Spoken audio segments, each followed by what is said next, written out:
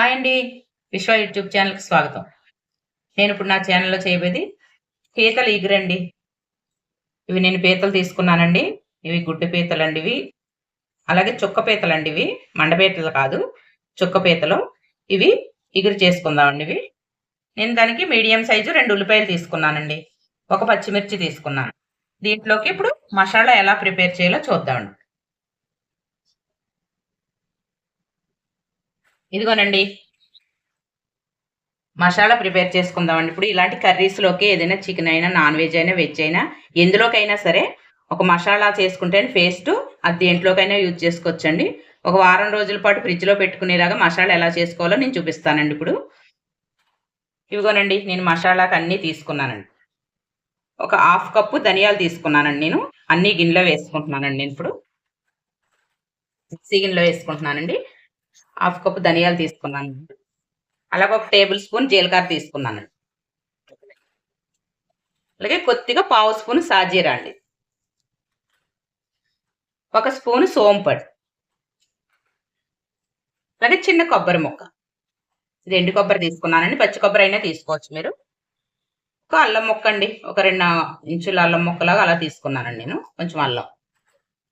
అలాగే ఒక ఎల్లుల్లిపాయ అండి పెద్దది. ఇదిగోండి గరం మసాలాకు సంబంధించిన యాలకులు, లవంగాలు, దాల్చిన చెక్క, అనాస పువ్వండి ఒకటి. ఇవి 10 లవంగ మొగ్గలు తీసుకున్నానండి. ఒక 4 యాలకులు, ఒక అంగుళం దాల్చిన చెక్క, ఒక అనాస పువ్వు తీసుకున్నానండి. ఇవి కూడా ఇందులో వేసుకుందామండి. ఇది ఇప్పుడు మెత్తగా పేస్ట్ చేసుకుందామండి. ఇదిగోనండి నేను స్టవ్ మీద బాండ్లీ పెట్టుకున్నాను. ఆయిల్ పోసుకున్నానండి. 4 స్పూన్స్ ఆయిల్ పోసుకున్నాను నేను. ఇప్పుడు ఇందులో ఇందాక ఉల్లిపాయలు కోసుకున్నానని చెప్పాను కదండీ! అవి నేను పేస్ట్ చేసుకున్నానండి ఉల్లిపాయ పేస్ట్. ఇందులో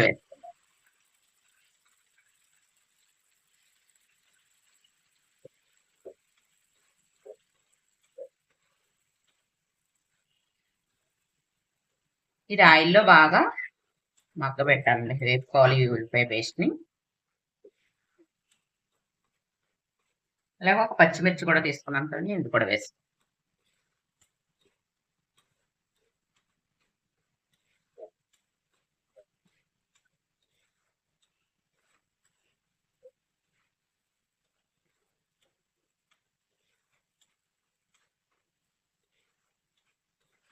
ఇలాగ ఇదంతా బాగా ఆయిల్‌లో వేపుకోవాలండి ఉల్లిపాయ పేస్ట్.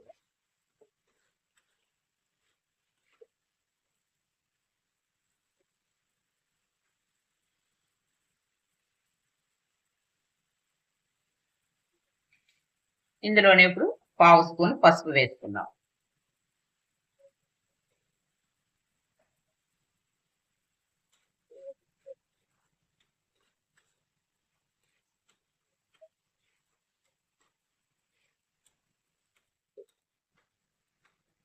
ఇదిగోనండి ఉల్లిపాయ బాగా వేగిందండి. ఇప్పుడు ఈ మసాలా వేసుకుందామండి. నేను ఒక 2 స్పూన్స్ మసాలా వేస్తున్నాను. ఇందాక చేసుకున్నాను కదండీ అన్నీ పెట్టి. ఈ మసాలా ఇలా చేసి పెట్టుకున్నాం అనుకోండి మనం ఒక 4 రోజులైనా, వారం రోజులైనా ఫ్రిడ్జ్‌లో పెట్టుకొని వాడుకోవచ్చండి. డైలీ చేసుకోలేం కదండీ! అలా ఇలా చేసేసుకుంటే ఒక 4 రోజులు, 5 రోజులు అలా వేసుకోవచ్చండి. అలా కొంచెం కొంచెం మసాలా కూడా మనం చేసుకోలేం.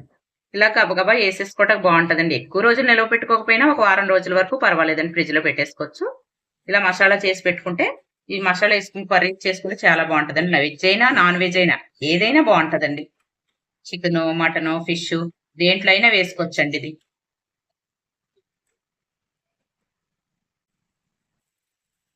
చూడండి మసాలా కూడా వేసేసాను కదా! బాగా వేగిందండి ఇది. ఆయిల్ బయటకొచ్చేస్తుంది కదండీ ఇప్పుడు.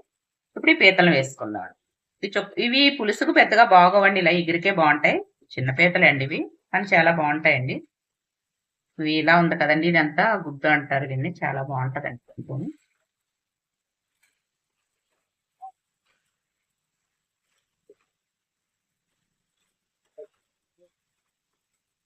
కానీ ఇందులో ఒక స్పూను కారం వేసుకుంటున్నానండి.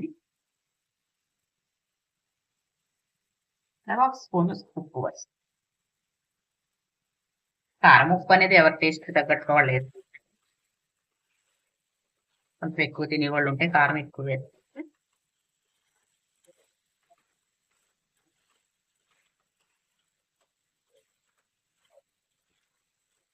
ఇలాగా బాగా ఆయిల్‌లో పెట్టేసాం కదండీ!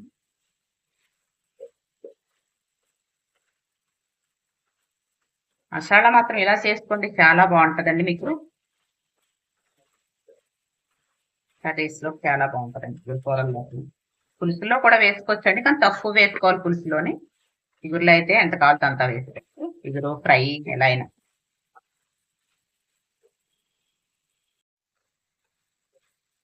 ఇదిగోనండి, ఇప్పుడు ఇలా మనం ఇలా ఉండగా వాటర్ పోస్తాం.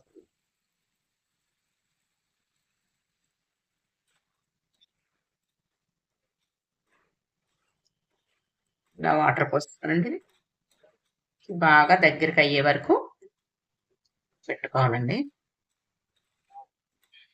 తినండి, సరిపోతుంది ఇలా వాటర్ పోసుకుంటే.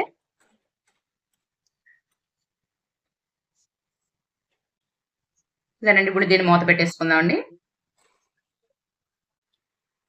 ఇదిగోనండి, కూర చూద్దామండి. ఇలాగా ఇంత దగ్గరికి వచ్చేలాగా దీన్ని చేసుకోవాలండి. మరి గ్రేవీ పలసగా ఉంటే బాగోదండి పీతలు, ఇలాగే ఉండాలి.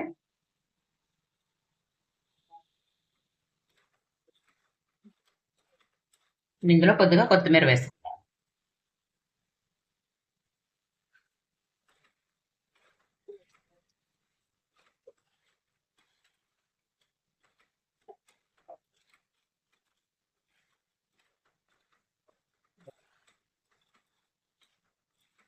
అంతేనండి, రెడీ అయిపోయిందండి. ఇంకా స్టవ్ ఆఫ్ చేసి ఇదిగోనండి, పీతల ఇగురు రెడీ అయిపోయిందండి. ఇవి చుక్క పీతలు కదండి, ఇగురు వేపుడు చాలా బాగుంటాయండి. పులుసుగా అంతగా బాగోవు, కానీ ఇగురు కానీ ఎప్పుడు కానీ చాలా బాగుంటాయండి. అలాగేనండి, ఈ పీతల ఇగురు కనుక మీకు నచ్చినట్టయితే, అలాగే నేను చేసిన మసాలా పేస్ట్ కనుక మీకు నచ్చినట్టయితే, నా ఛానల్కి ఒక లైక్ చేయండి, షేర్ చేయండి, సబ్స్క్రైబ్ చేయండి. Okay friends, bye.